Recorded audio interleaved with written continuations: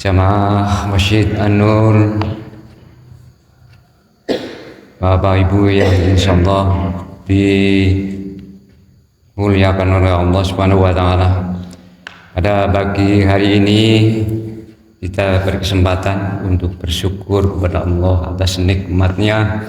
Mari kita ungkapkan dengan kalimat Alhamdulillahirabbil alamin. Kemudian sampaikan salam kepada baginda Rasulullah Sallallahu Alaihi Wasallam dengan kita mengucap Assalamualaikum ya Rasulullah. Kemudian kita bersolawat pada beliau dengan kita mengucapkan Allahumma sholli ala Muhammad wa ala ali Muhammad. Tidak lupa kita mohon ampunan kepada Allah Subhanahu wa taala dengan kita beristighfar dengan kalimat astaghfirullahaladzim wa atubu ilaih. Dan kita buka pada kajian pada pagi hari ini dengan kita ber-Al-Fatihah. A'udzu billahi minasyaitonir rajim. Bismillahirrahmanirrahim. Alhamdulillahi rabbil alamin. Arrahmanir rahim. Maliki yaumiddin. Iyyaka na'budu wa iyyaka nasta'in. اهدنا الصراط المستقيم صراط الذين أنعمت عليهم غير المغضوب عليهم ولا الضالين.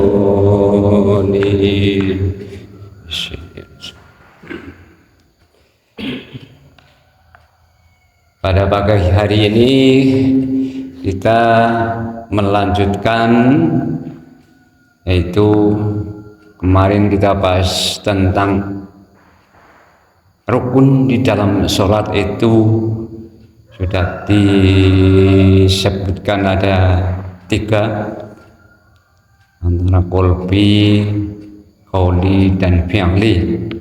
Itu kafah secara keseluruhan, tidak membahas hanya bagian luarnya saja, tapi kita bahas sampai dengan dalamnya, berarti secara kafah. Kita disuruh masuk Islam secara kafah, jangan luarnya saja tapi sampai ke dalamnya. Kemudian pagi hari ini kita akan membahas tentang pentingnya niat, yaitu niat, ya, pentingnya niat. Karena pentingnya niat yang benar itu niat itu adalah rahasia antara diri kita dengan Sang Pencipta, dengan Allah. Itu rahasia, orang lain tidak bisa mengetahui. Orang lain tidak tahu kalau niatnya berbeda. Oleh karena itu ya kita bismillah, ya, niatnya yang sama dan yang benar. Karena niat yang berbeda atau niat yang salah itu tidak bisa diluruskan, tidak dibenarkan, atau tidak bisa diluruskan oleh dirinya orang lain. Jadi sebelum melakukan itu sudah punya bekal agar dirinya itu dalam niat itu bisa lurus, bisa benar.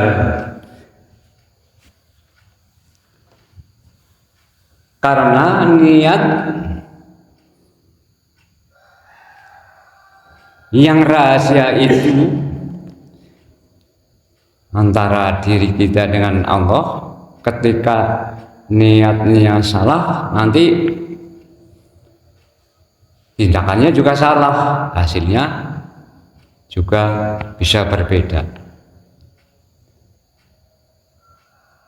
Ya, seperti kemarin saya umpamakan, ini niat kan sehubungan dengan perintah. Nah, seorang orang tua memerintahkan kepada anaknya untuk membelikan lampu karena di rumahnya itu gelap, kan diperintah supaya membeli lampu. Nah, kemudian niatnya salah karena kreativitas berpikirnya sudah ada tapi salah, yaitu niatnya salah. Ya, mau nyontok kemarin nggone Pak Seno atau manggone Eko. Nah, itu berkembangnya seperti itu.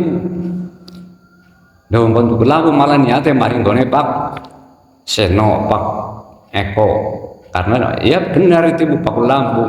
Nah, akhirnya apa? Perintahnya supaya membeli lampu, tapi akhirnya apa? Kontrol toko itu apa buka apa tutup. Begitu karena suasananya sudah malam, toko tersebut tutup, maka pulangnya tidak membawa lampu.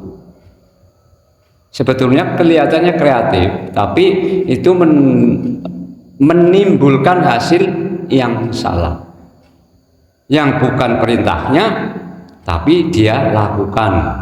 Bukan perintahnya apa? Perintahnya itu sebetulnya untuk membeli lampu, yang sebetulnya pulangnya membawa lampu, tapi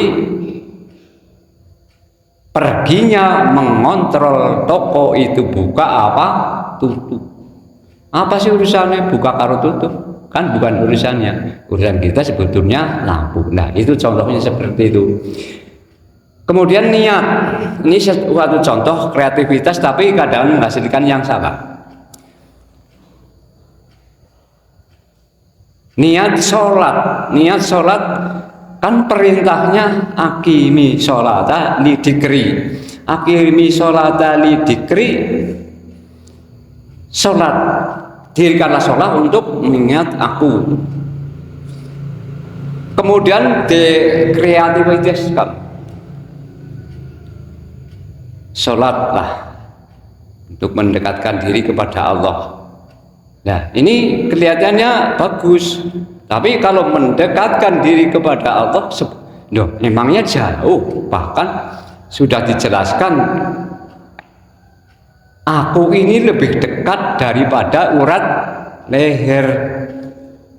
Sering Ustadz mengatakan seperti itu karena itu ada di dalam ayat Al-Quran. Sudah memperkenalkan diri Allahnya. Allah itu sudah memperkenalkan diri di dalam Al-Quran bahwa aku itu lebih dekat daripada urat leher. Urat leher sini kan digawa, masa merasa jauh. Nah, itu kelihatannya bagus tapi itu masih tergelincir atau menceng, tidak lurus. Maka niat yang lurus karena Allah. Kemudian niat misalnya kita mempersembahkan gerakan dan sebagainya. Nah, ini tidak sesuai dengan perintahnya. Perintahnya kan untuk mengingat aku, tapi niatnya mempersembahkan diri, nyembah dan sebagainya. Allah itu tidak butuh disembah.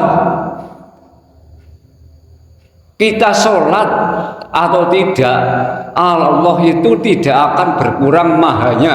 Dari maha besar, maha pengampun dan sebagainya, itu tidak akan berkurang. Nah, makanya itu termasuk kreativitas, tapi mengulang kata yang sebetulnya itu bukan tujuan, bukan perintahnya. Aku sholat supaya dicintai Gusti Allah.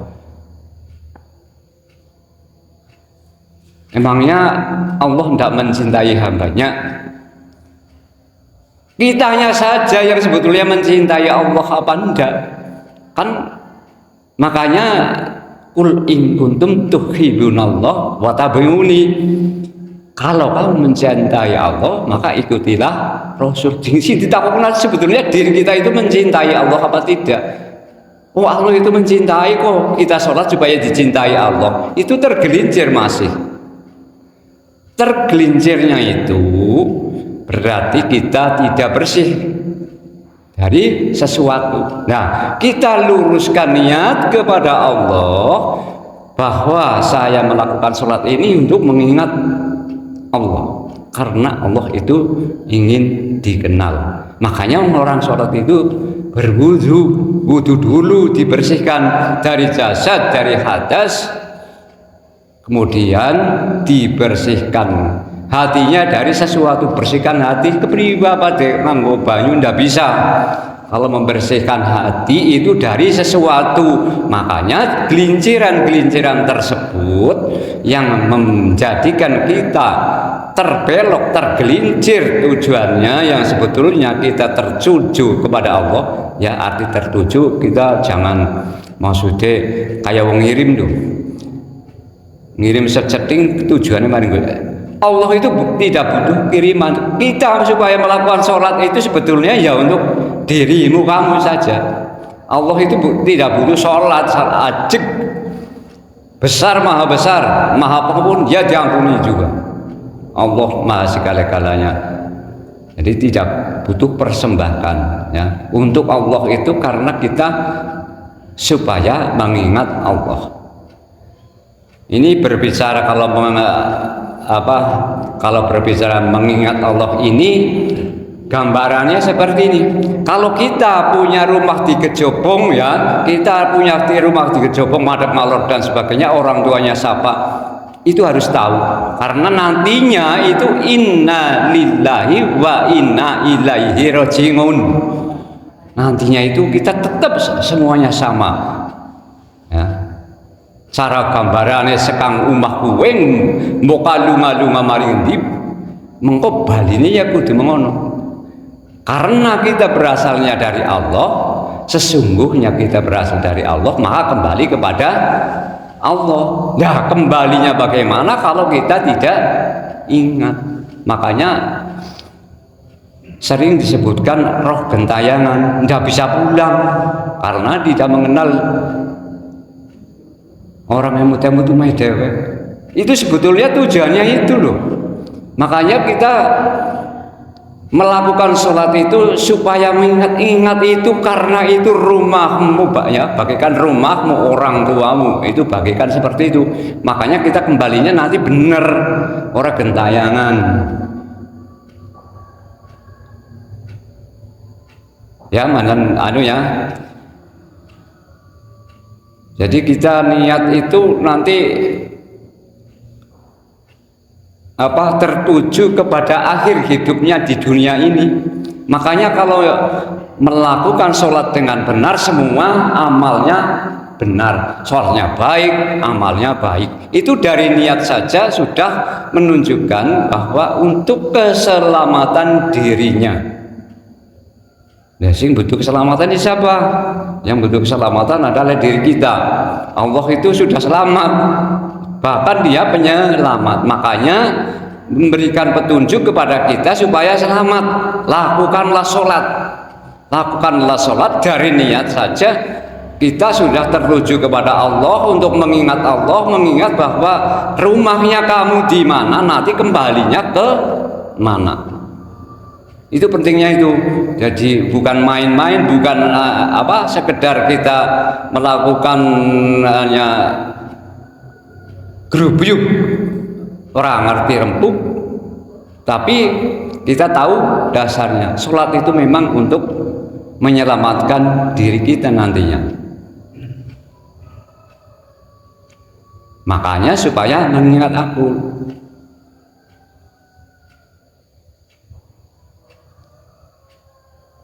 Sering diberi, ya saya sering katakan diberi surat, karena di dalam Al-Quran itu ada surat-surat. Memang untuk surat untuk kita, surat untuk kita supaya apa? Agar kita selamat. Ya seperti di dalam surat Al-Isra, kalau nggak salah ayat 72. Itu kalau orang yang hatinya buta di dunia, maka buta di akhirat, bahkan akan tersesat lebih jauh. Nah, disinilah karena kita membimbing jiwa kita supaya jiwa itu mandiri loh. Jiwa mandiri yang bekale salah nanti walaupun batir yang alor dewek ngidul. Ora ikut-ikutan tapi mandiri. Makanya bekalnya kita harus bekal yang benar. Ya, kalau di dunia itu gelap, maka di akhirat pun gelap. Sekarang kita alhamdulillah dari waktu ke waktu diberi penerangan. Nah, jadi makanya jangan heran kalau di dalam bulan puasa ini ada acara yang namanya iktikaf. Cok malam liburan. Nah, itu kan kebiasaan itu hanya mengambil sesaat saja. Sebetulnya ketika kita diam lagi bisa merenungkan, mendengarkan dan sebagainya. Tapi intinya diam, karena itu dari kata qaf itu diam, itu untuk merenung, yang akhirnya dari gelap bisa mendapatkan terang. Makanya iktikaf itu sering dikatakan pahalanya 1000 bulan. Bulan itu jangan dihitung satu hari, satu bulan isi 30 ping dan sebagainya. Bulan itu adalah sinar atau penerang. Jadi angger mendapatkan penerangan itu, makanya jiwa itu akan lebih terang untuk bisa kembalinya. Yang diharapkan kita kan kembalinya tepat ya, wa inna ilaihi raji'un.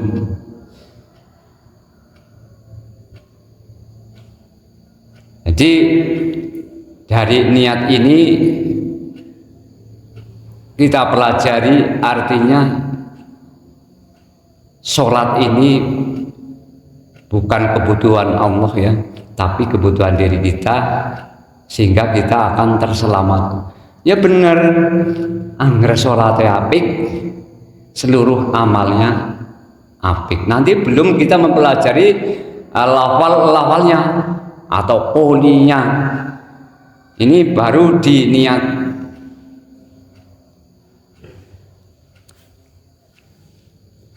Ini ada